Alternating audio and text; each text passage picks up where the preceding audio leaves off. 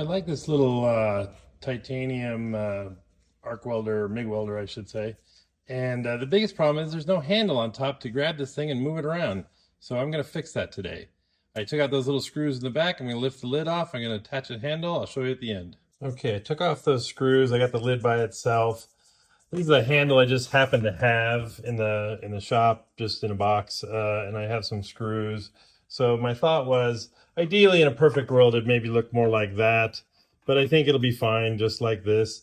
At least it'll give me something to pick it up with, and I think the inside will stay away from the mechanism, so I think we're good. Okay, so since I'm just using screws I have on hand, this one's just a little bit too long, so I'm going to add a nut on probably on the inside. There's plenty of room, and that'll give me enough space. As you can see, this would not be, I wouldn't be able to tighten down the screw if I only did that. So I'll show you the next part. So you can see that I've got the handle mounted, and it works just perfectly. Just lift it up, and now you can move this thing around without having to use both hands and dropping it, and that's what happens when you drop it. So have a great day. Hope this helps. Bye.